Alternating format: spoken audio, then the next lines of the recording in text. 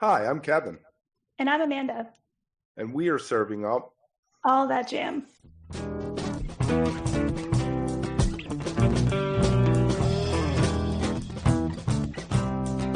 All That Jam, Quick Hit.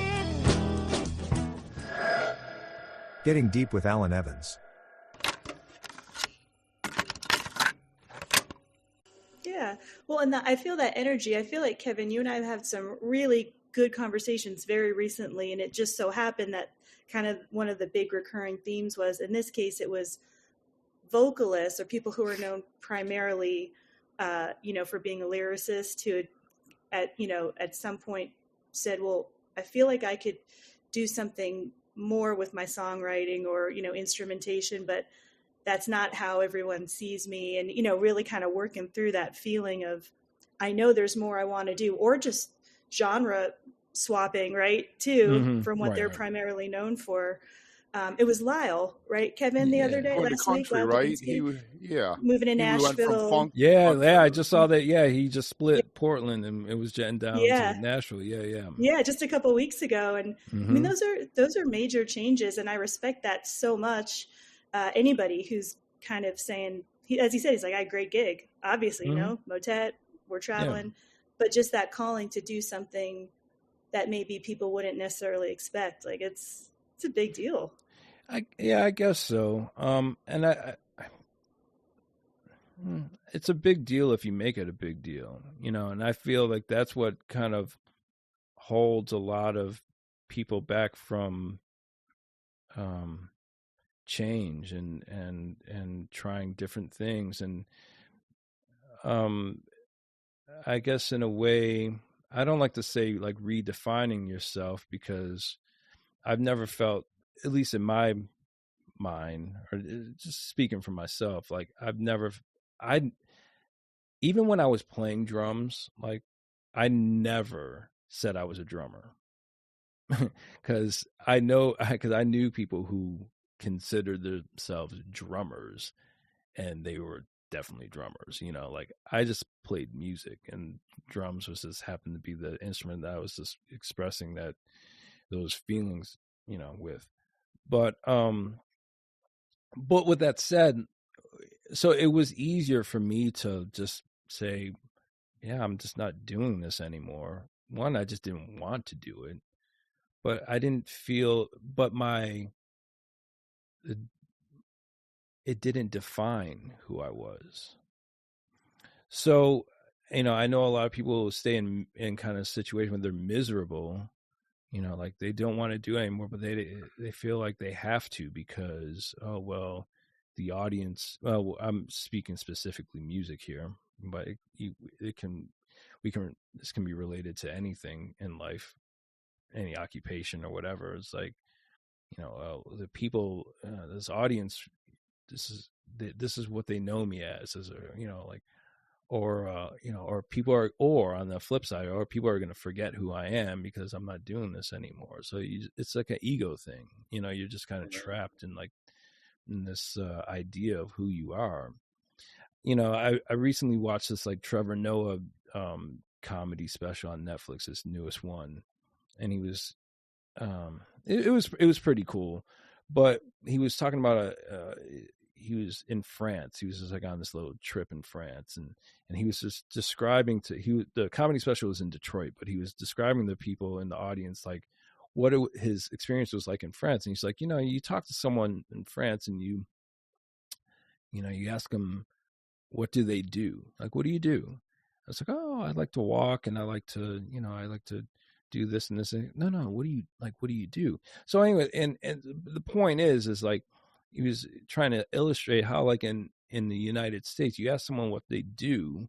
Oh, I'm I'm an architect. I'm a carpenter. I'm a drummer. I'm a whatever.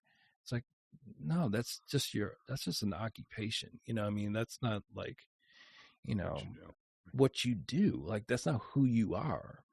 So, yeah, so it's just interesting. I like to see when people just kind of, they just do other things, like that's life, like.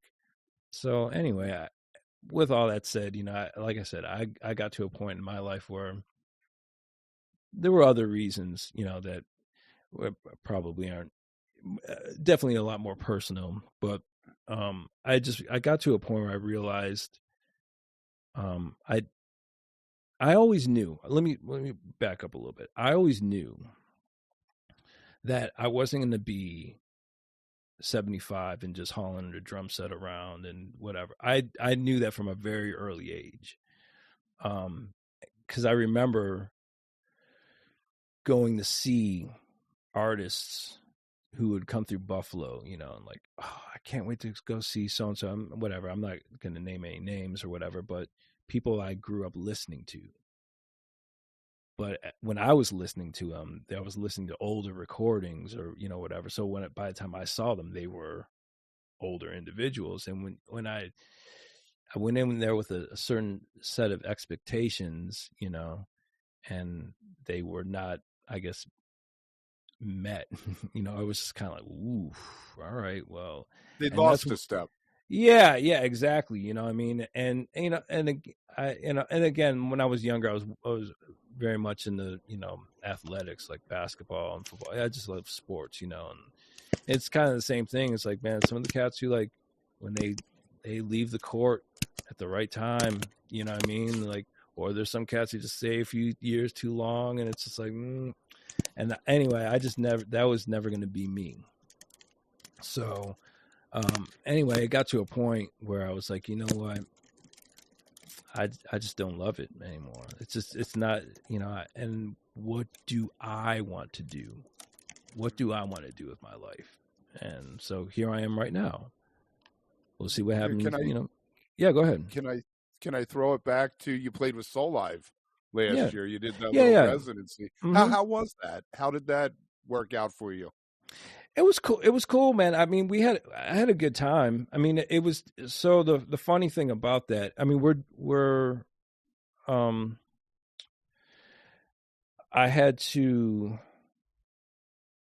I hadn't played like in a long time, before that, but the way I play anyway, like I never practiced, even like when I've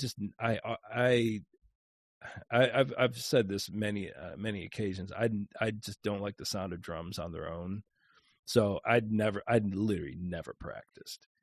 I just played what I heard in my head. So beyond like the first night, or probably just like the first night, it's just kind of like, like it's just more of a muscular thing, what I mean?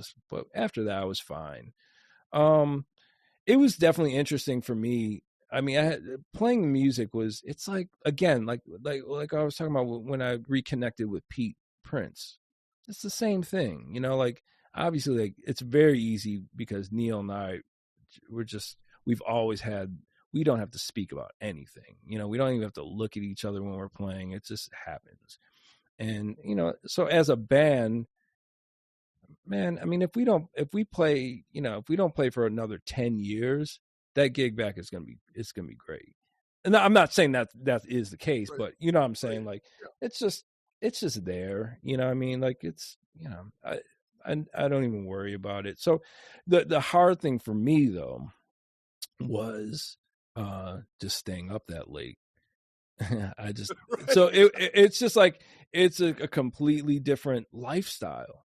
It really, what I mean? Like it was just like I go to bed at like 9:30 or something. I'm up at early in the morning. Like so that was a little of an adjustment, But but playing was cool, But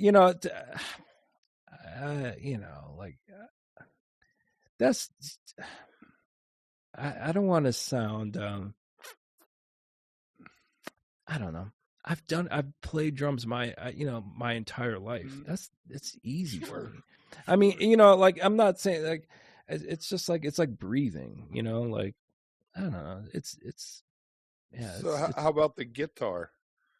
How are you feeling about playing that? Well, I'm sitting here looking at it. It's right next. A few of my guitars are right next to me. It's funny. Like I've picked it up a few times. Like I said, I played bass on one of Pete's tunes, you know, and it's one of guitars. If I pick it up, again, it's kind of the same thing. Like I don't feel like I like lose any steps, you know, really too much. There's again the physical. Like I probably wouldn't go out and play like a gig right now because my hands would probably just cramp up or whatever. But guitar for me, it's interesting. It's I use it just again like any other instrument. It's just there for me to kind of when the inspiration is there. And so to be honest, like I'm not there right now. Like I don't even remember the last time I wrote a song. I don't even remember the last time like I've heard anything come in and down the pipeline. But I think that's kind of you know, it's kind of intentional. I'm just not allowing it, I'm just my focus is elsewhere right now. My focus is on other people and what can I do. You're mentoring. You've moved into the mentor stage of your life. I guess so. Yeah. I mean, yeah, I guess so. I mean, man, I've written a good number of tunes in my lifetime. I've put out, you know, a good number of albums. And to me, it's like, I just feel like I'm at a point now where it's just not about me anymore. You know what I mean? Like that was the thing about like, I guess, playing music. And, you know, I go back to, you know, how I said I was always into sports and things, you know, that nature. And I've always been a very competitive person, especially in terms of sports. But, you know, Neil and I brought that over into music as well. And, you know, whatever, man, like everything is cool. Like when you're at a festival or on a gig with someone, we all get along.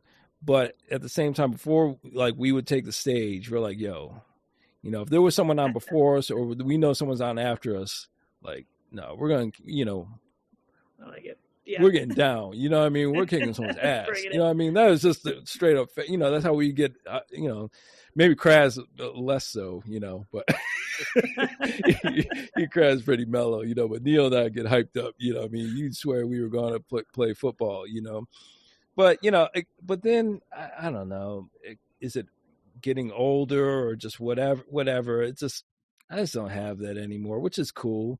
And so this comes around to the same thing with music and writing, and like it was it wasn't necessarily a competition, but a lot of it, like you feel like you're proving something to people or to yourself or whatever. And again, I don't know, it's not about that for me anymore. Like I've learned so much over the course of up to this point in my life, you know. And now I just feel like it's time for me to just share that knowledge, you know, with people and help people, you know, in their creative endeavors. Yeah.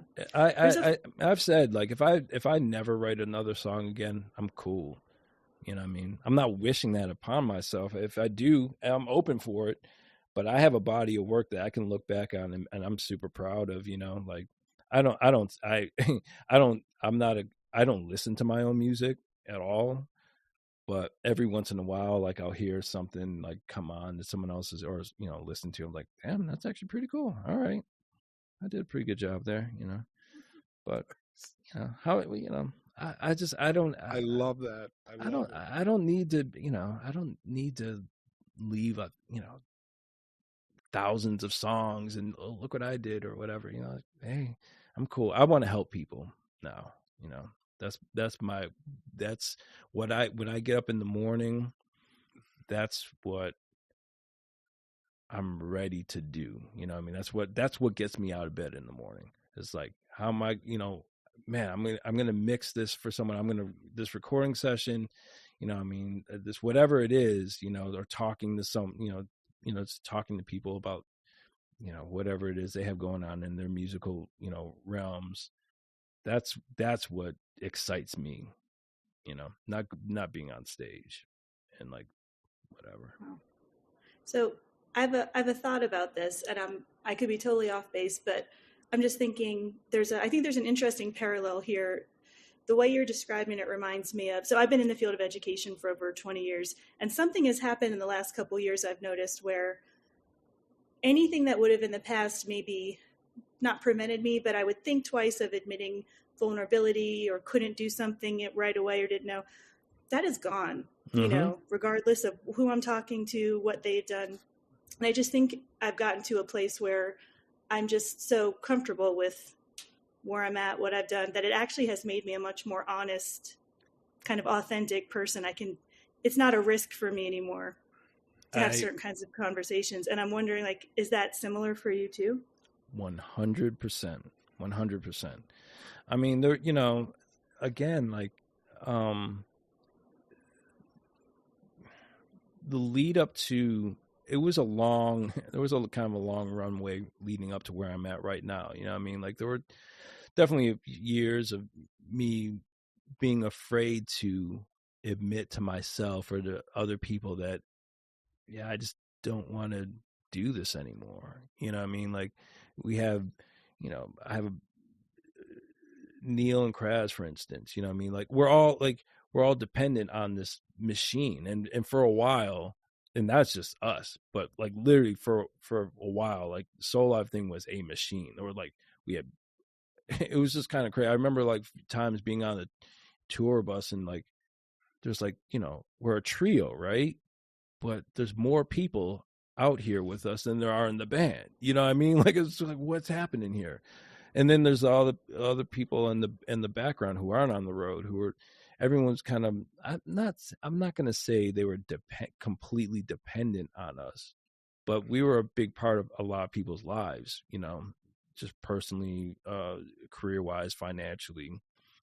And so, yeah, there was definitely like a, you know, kind of like a fear of like, man, like, I wasn't ready at that point, to be honest. You know what I mean? I just wasn't personally I wasn't mature enough. But yeah, I bet Garcia would be alive today if he could have walked away from the Grateful Dead in '90 when Brent died.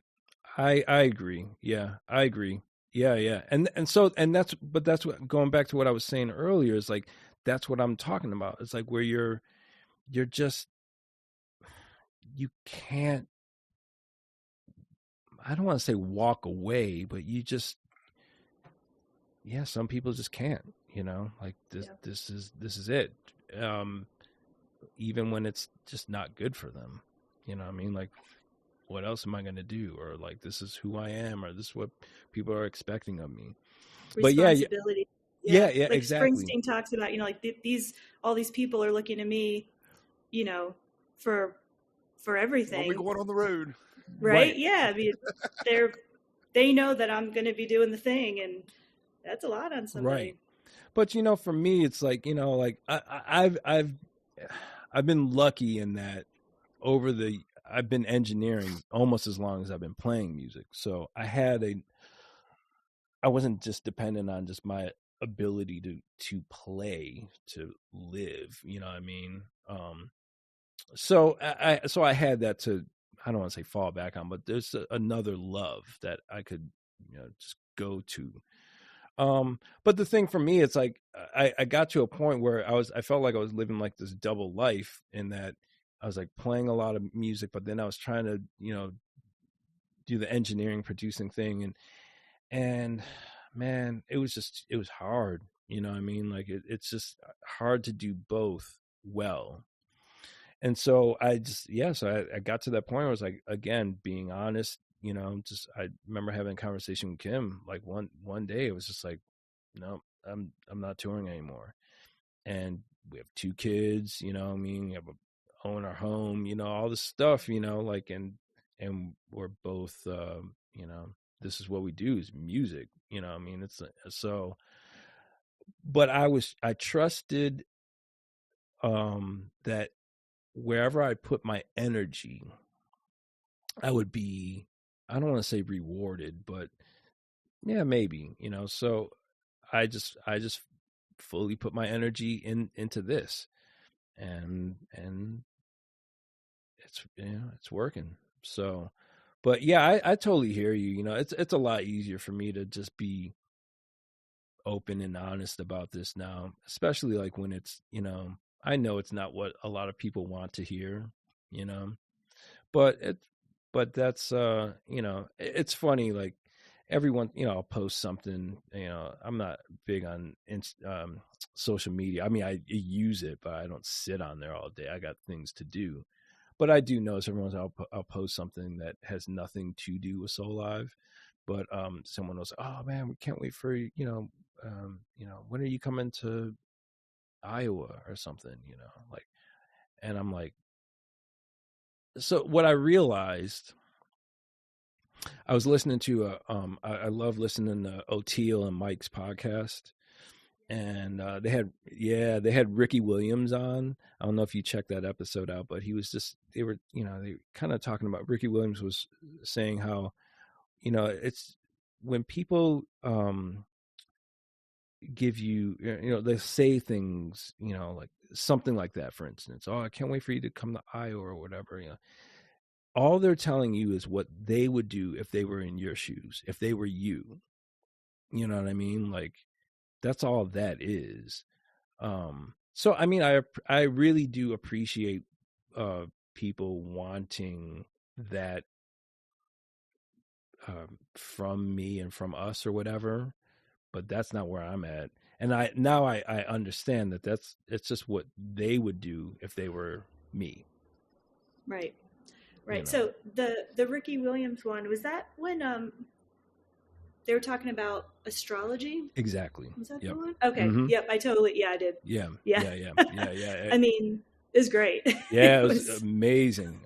Yeah, Ricky Williams is a deep cat, and that was a great episode, but yeah, because that's what it was. O'Teal, man, they were going down that conversation, and O'Teal said, someone commented on a post of his, like, "Man, you're super wealthy now," that's what they were assuming, this person's like, "Why don't you get your teeth fixed?"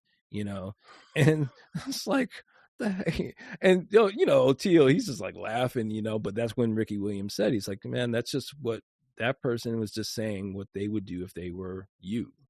That's nothing to do with, like it's real or whatever. It's just, that's all that is, So I think you just summed up like 90% of social media.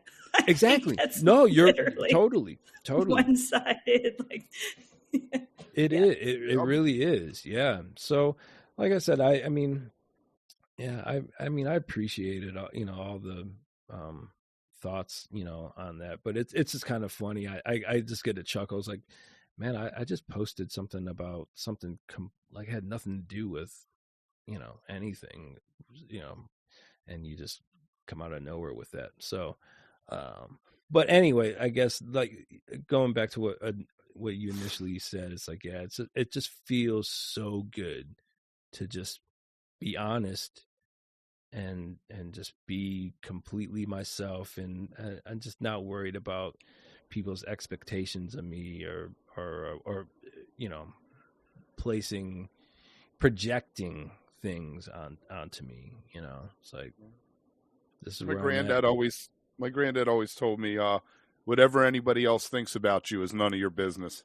Yeah. There you go. Yeah. If you are enjoying All That Jam, please like and subscribe to our social media channels at All That Jam Pod on Twitter, Instagram, and Facebook, or visit our website, allthatjampod.com. Make sure to sign up for our email list and tune in every week for new episodes. Also, look for full interviews on our YouTube channel. And remember, stay beautiful, but don't stay underground too long.